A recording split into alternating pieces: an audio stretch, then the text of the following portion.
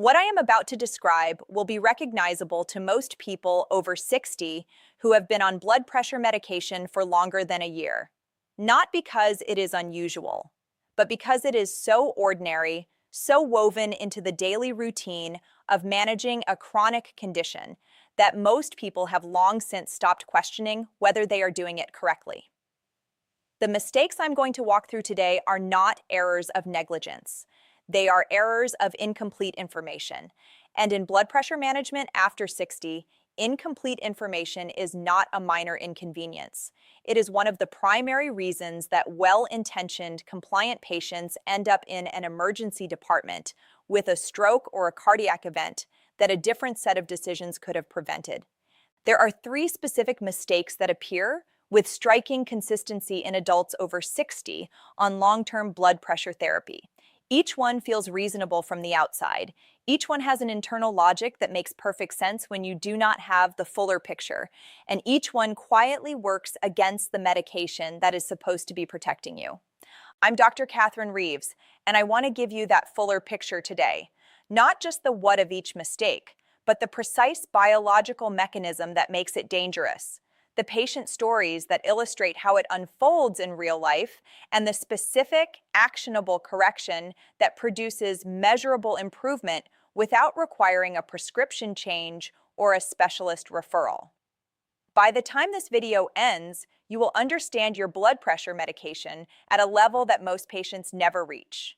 And that level of understanding is the single most reliable predictor of long-term cardiovascular safety I have seen in 30 years of practice. Let me start with Dorothy, because her situation is the kind that gets labeled non-compliance in a medical chart, when it is actually something much more instructive than that. Dorothy was 73, retired, and had been on lisinopril for 4 years. Her blood pressure had been reasonably well managed for most of that time, but over the preceding 6 months, her readings had become erratic in a way that frustrated both her and her physician. Some days were excellent. Some days her systolic was pushing into the 160s. There was no apparent pattern. She had not changed her diet significantly. She was not under unusual stress. Her doctor had ordered labs, reviewed her medication list, and found nothing obviously wrong. The working assumption was that her hypertension was becoming harder to manage with age, and a second medication was being considered. What Dorothy's chart did not capture, because nobody had asked the right question, was that Dorothy had started taking her lisinopril at whatever time she happened to remember it, rather than at a consistent time each day. Some mornings she took it at 7 with breakfast. Some evenings she remembered at 9 and took it then.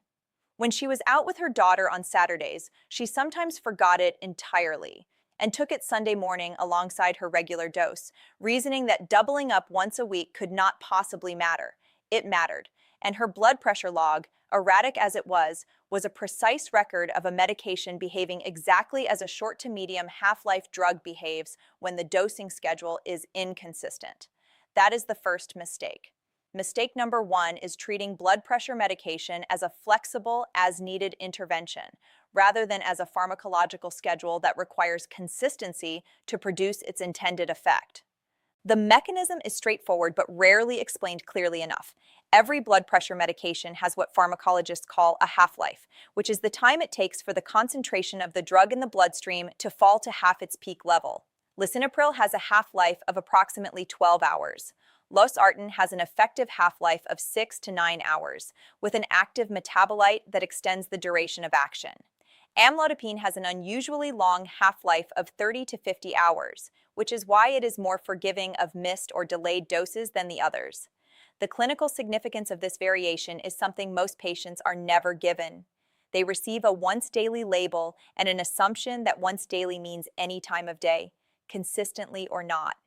In reality, for medications with shorter half-lives, the gap between the protection the drug provides at peak concentration and the protection it provides at trough, meaning just before the next dose is due, can be clinically meaningful. When a patient takes lisinopril at 7 on Monday morning, at 9 on Tuesday evening, skips Wednesday, and doubles up Thursday morning, The blood pressure coverage over that period is not merely uneven, it is punctuated by windows of genuine underprotection, during which the cardiovascular system is exposed to pressure levels the medication was prescribed to prevent. And those windows, recurring week after week, are precisely the context in which the cardiovascular damage that hypertension causes accumulates. The correction is not complicated, but it requires genuine commitment rather than best effort approximation. Choose a time of day that is reliably anchored to an existing habit. For most patients, this is either immediately after waking alongside the first glass of water or at a consistent mealtime that does not vary across the week. Set a dedicated alarm if necessary. The specific time matters less than the consistency of the interval. A patient who takes their medication at 9 every evening without variation is better protected than a patient who takes it each morning, but with a 2 to 4 hour window of variability each day. The doubling up problem deserves particular attention because it is extremely common and genuinely dangerous.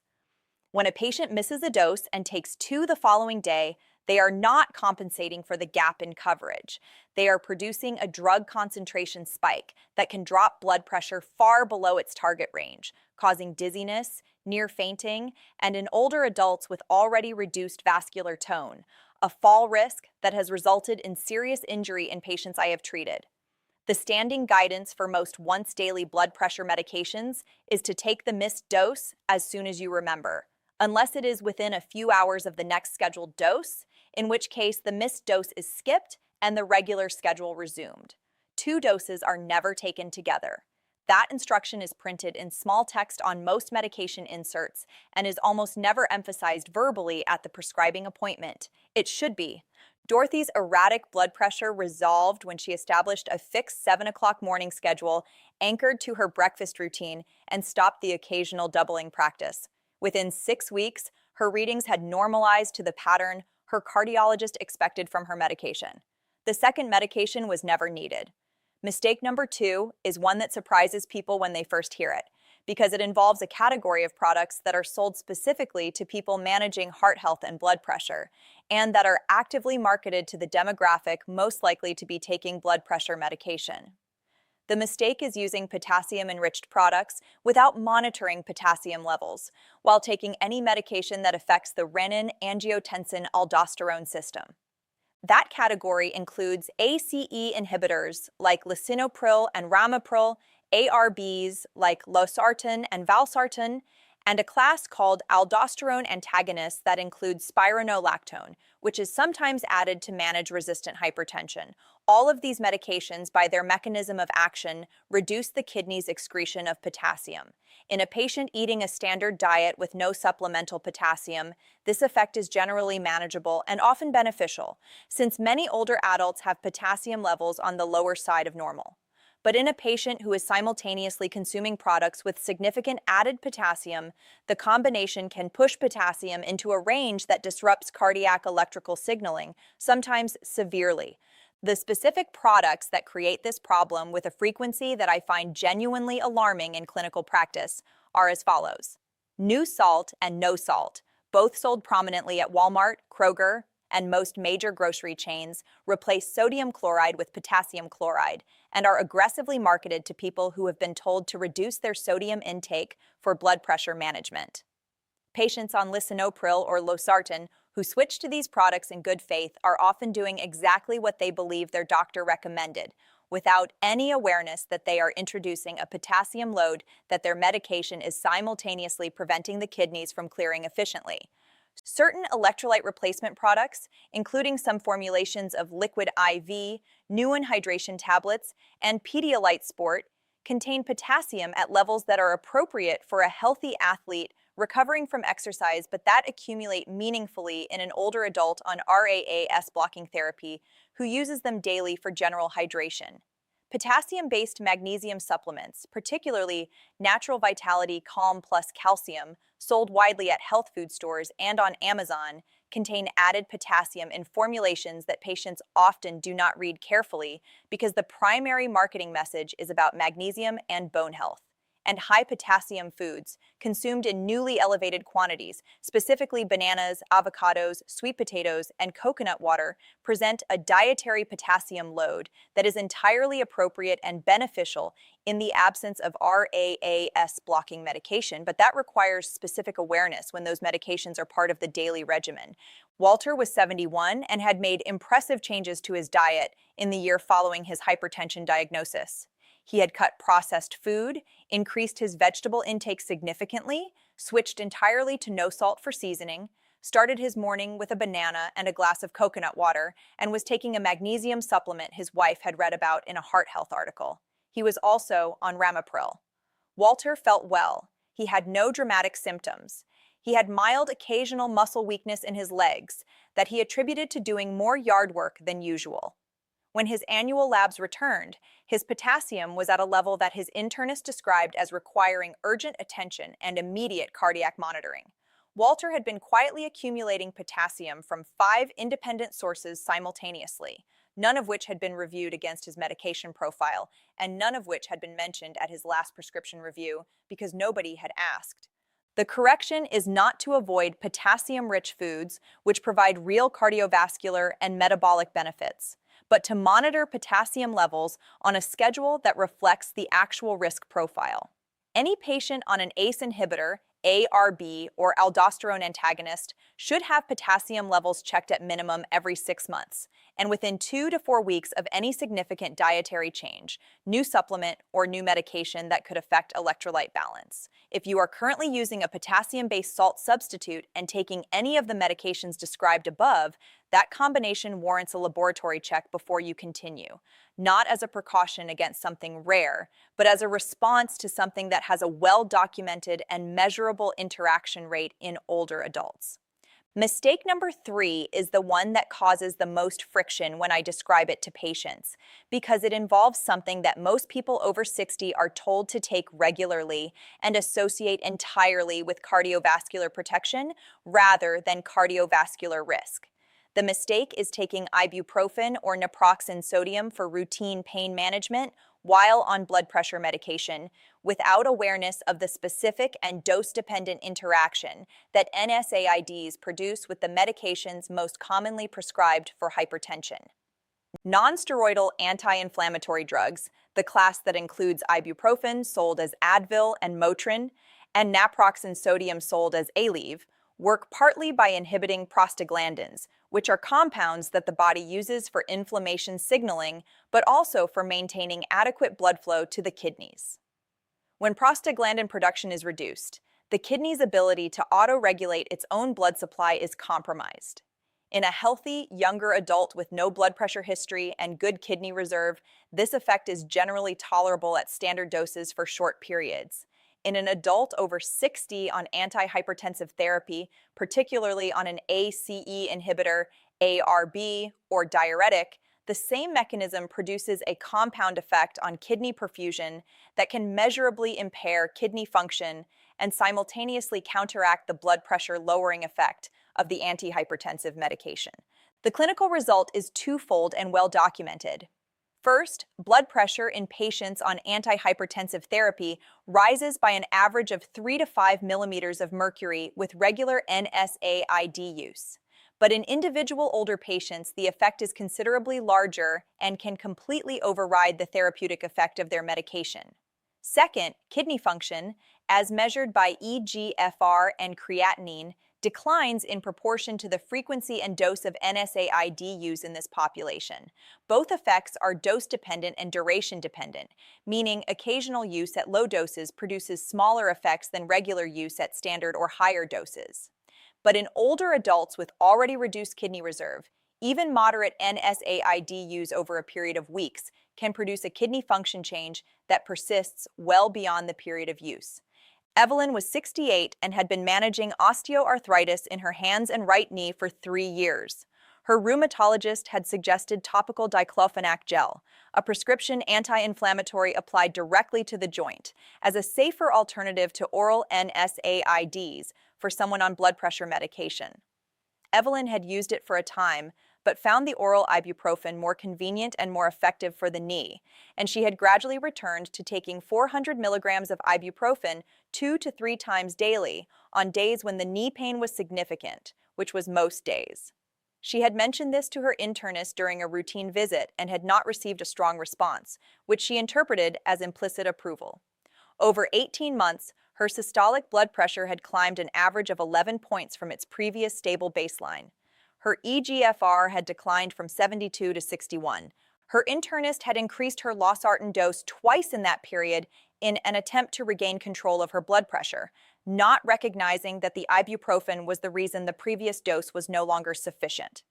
When the NSAID interaction was finally identified and addressed, and Evelyn transitioned to acetaminophen, sold as Tylenol, at 500 milligrams twice daily for baseline pain management with topical diclofenac for acute flares, her blood pressure stabilized within 8 weeks. Her eGFR recovered partially over the following 6 months. The losartan dose that had been added was eventually reduced back toward her original prescription. The practical guidance here is direct. Acetaminophen at standard doses is the first-line oral analgesic for adults over 60 on blood pressure medication when the pain indication does not specifically require an anti-inflammatory effect. It does not inhibit prostaglandins, does not affect kidney perfusion, and does not counteract anti-hypertensive medications through any established mechanism at therapeutic doses. For pain with a genuine inflammatory component, topical NSAIDs, such as diclofenac gel, sold by prescription as Voltaren arthritis, pain and available over the counter in the 1% concentration, deliver anti-inflammatory effect to the local tissue while producing substantially lower systemic drug levels than oral NSAIDs, meaningfully reducing the kidney and blood pressure interaction risk. For pain that is neither fully managed by acetaminophen nor appropriate for topical treatment, a direct conversation with a prescribing physician about the risk-benefit trade-off of NSAID used in the context of the specific antihypertensive regimen is warranted. What is not warranted is continuing regular oral ibuprofen or naproxen use alongside blood pressure medication on the assumption that because both are common, they are automatically compatible. The framework I want you to leave with is built on a single underlying principle that connects all three of these mistakes. Blood pressure medication does not operate in isolation. It operates in the context of your dosing schedule, your diet, your supplements, and every other substance that enters your body. When any of those contextual factors works against the medication's mechanism of action, the medication does not simply override the interference. It loses ground to it quietly and gradually, in ways that show up in your blood pressure readings and your lab results before they show up in your symptoms. And by the time they show up in your symptoms, the window for easy correction has already closed somewhat. Dorothy did not need a second medication. She needed a fixed schedule and clarity about missed doses. Walter did not need an electrolyte crisis to discover the potassium interaction. He needed a 10-minute review of every product in his kitchen against his medication's mechanism. Evelyn did not need an eGFR decline and a dose increase. She needed to know that the convenience of an over-the-counter pain reliever was costing her the stability of her blood pressure control. All three of those outcomes were preventable with information. The appointments were too short. The inserts were too dense. The connections between ordinary daily habits and the pharmacology of chronic medication were never drawn clearly enough. This video exists to draw them. If you take blood pressure medication and your readings have become less predictable than they once were, the 3 questions to bring to your next appointment are these. Is my dosing schedule consistent enough to maintain the blood pressure coverage my medication was designed to provide? And do I know the correct protocol for a missed dose? Am I using any salt substitutes, electrolyte products, or potassium-containing supplements that interact with my medication's effect on potassium clearance? And when was my potassium last checked? And am I taking any oral anti-inflammatory pain medication regularly? And if so, has the interaction with my blood pressure medication and kidney function ever been specifically reviewed? Those 3 questions, asked directly and answered specifically, represent a conversation that most patients on long-term blood pressure therapy have never fully had. Having it does not require a new prescription, a specialist visit, or a dramatic lifestyle overhaul. It requires the kind of informed engagement with your own treatment that turns a medication you take out of habit into a tool you use with full understanding of what it needs from you to protect you. That understanding is what this video was built to give you.